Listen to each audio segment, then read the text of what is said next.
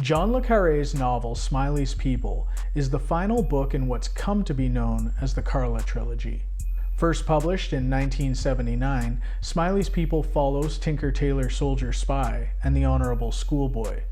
This third novel depicts the culmination of the decades-long conflict of maneuvers between British spymaster George Smiley and his Moscow rival, codenamed Carla. When the book begins, our hero has been retired for some time. He's heard it said that his former organization, the Circus, has been reorganized, with new policies and directives that seem almost enfeebling. As he's relaxing at home reading obscure German poetry, Smiley finds himself compelled to pursue one last unexpected lead. It's that climbing up off the shelf to attend to a final bit of business type story. An old gunslinger riding out for one more showdown, even though he's well past his prime. Like any good last hurrah tale, many familiar characters return here for one more appearance. Peter Gwilym, Connie Sachs, and Toby Esterhazy are all carried over from previous books, but this is ultimately George Smiley's story. He does a lot more of the hands-on spy work this time. He isn't just reading documents as the static intellectual lead on the case.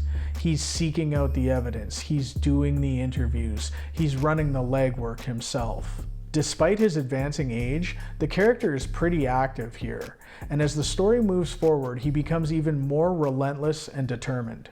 This novel depicts a bunch of old-timers clinging to the hope for one more shot at glory, but it's really about the conflict between love and duty. It's about history, both political and personal, and how the individual can't escape it no matter how much they might want to.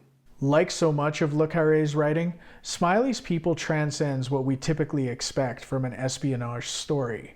This is thoughtful and thematically dense literature. It's also entertaining, and it provides a satisfying finale to the author's most successful series of books.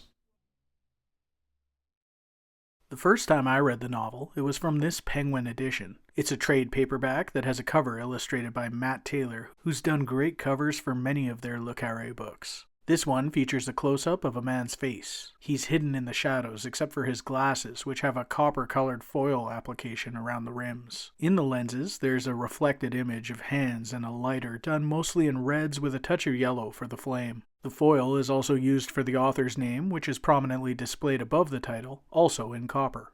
The spine has the author's name displayed vertically, which is a design element that carries over to their other le Carre releases. The chapters are untitled, and each new chapter opens on a fresh page, beginning with a simple drop caps. This edition features an introduction from the author written in the year 2000. He discusses his early plan to write a dozen novels about Carla and Smiley, and his intention to use them to piggyback on his own thoughts about what he calls the war of fantasies among intelligence services.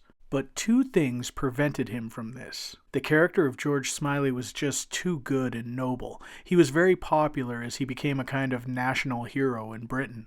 The other issue was that Alec Guinness's performance of Smiley on the successful BBC TV shows was so good that le Carre felt that a big part of the character no longer fully belonged to him. Thus, he settled on this third book as the true send-off for his spymaster. Now, he does get into specifics about the nature of that send-off here, so this introduction should not be read before reading the novel itself. I've been lucky enough to upgrade to the Folio Society edition of both Tinker Tailor Soldier Spy and the Honorable Schoolboy. So I kept my eye out for their edition of Smiley's People, which was the trickiest of the trilogy for me to personally hunt down. But I recently found one, so let's do this. Here we have Smiley's People from the Folio Society. This version was released in 2010. It's presented in a plain gray paper-covered slipcase. The binding is done in gray buckram, with a cover image of a chess scene.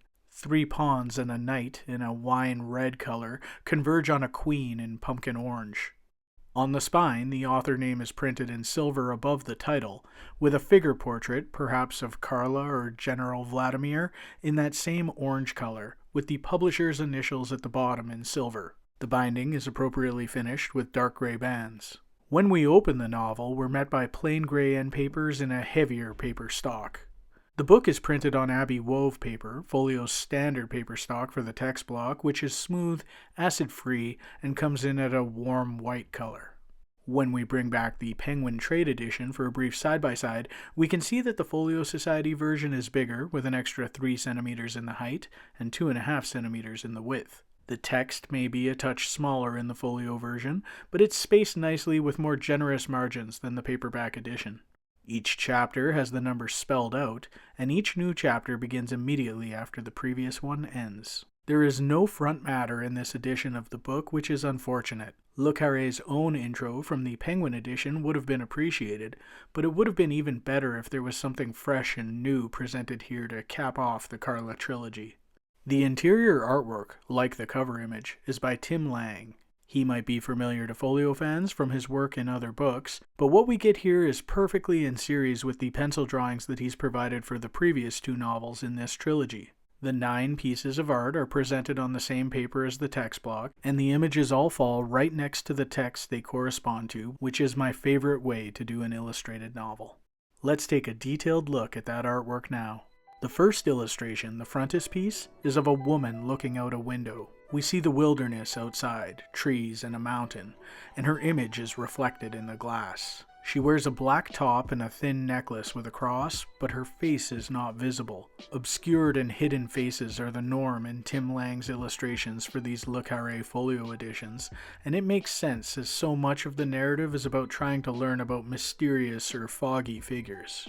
The second piece is from Maria Ostrokova's point of view, as a peculiar man that she calls the magician leaves her Paris apartment and heads down the staircase. She watches his little white hand winding down the banister like a handkerchief waved from a train window, round and round in dwindling circles of farewell, till it disappeared into the darkness of the tunnel. The artist has played with the composition well here. The light and dark are balanced to help the viewer read the image, and there's almost a question mark shape to the structure of the piece. The third image is of George Smiley groping in the grass as he hunts for a piece of evidence in a murder case that he's trying to unravel. Another great composition here. This one is made up of 3 planes. We've got a background that suggests trees in a park against an overcast sky. In the middle ground, we see the figure from behind as he bends over at the waist to examine something. And in the foreground, the unkept long grass is rendered in great detail. A dense tangle of foliage goes every which way, which suggests just how daunting the search through it could be. The fourth image is from a scene when a younger man named Willem recalls the last mission General Vladimir ever gave him. Willem was to carry this basket of oranges and an envelope of photographs with him on a boat ride in Hamburg. At an appointed time, he was to leave the bag, allowing someone else to anonymously drop off a photograph. Then he was to return a few minutes later and eventually deliver the envelope back to the general. The sign that the drop was successful is a yellow chalk line dragged across the slats of the wooden bench, which might be visible here. The next illustration is of a flashback George Smiley has to his only past encounter with Carla, his black grail. Detained in India, Carla sits waiting out George's offer of help as he smokes cigarettes and handles Smiley's lighter.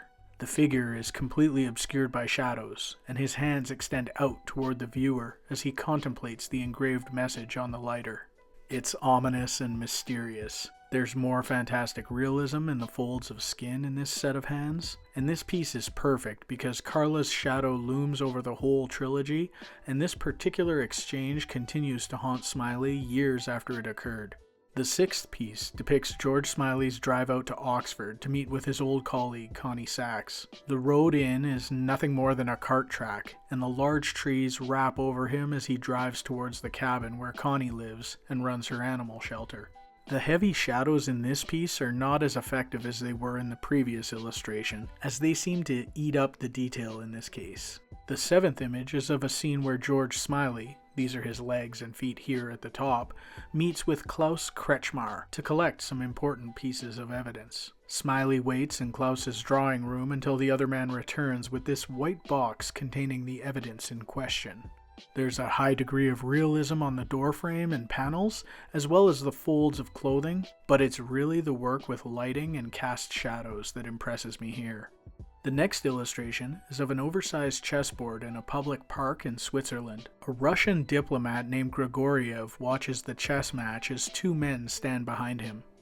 The symbolism works well here and recalls the cover art, as all the strategy and the move and counter-move of the plot comes to a head as the novel approaches its ending. The ninth and final illustration is also a poignant and symbolic piece. A man steps to this halo of light to look down at his lighter, which has been dropped on the cobblestone road.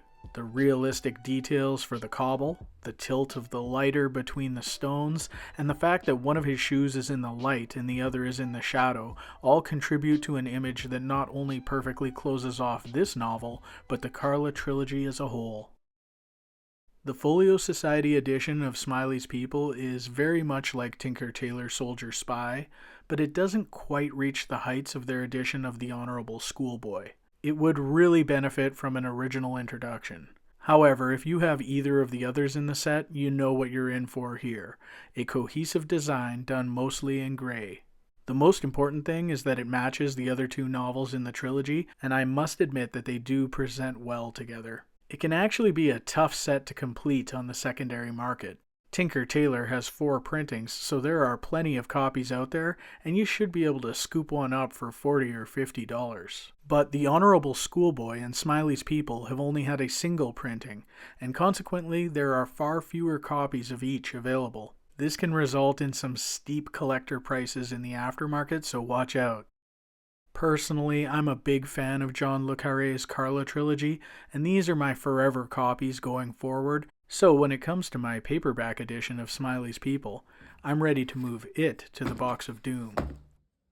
That way I have a little more room for a few more new books. As always, thanks for watching, and keep an eye out for future videos. When it comes to the stories you love, it's always worth upgrading your books.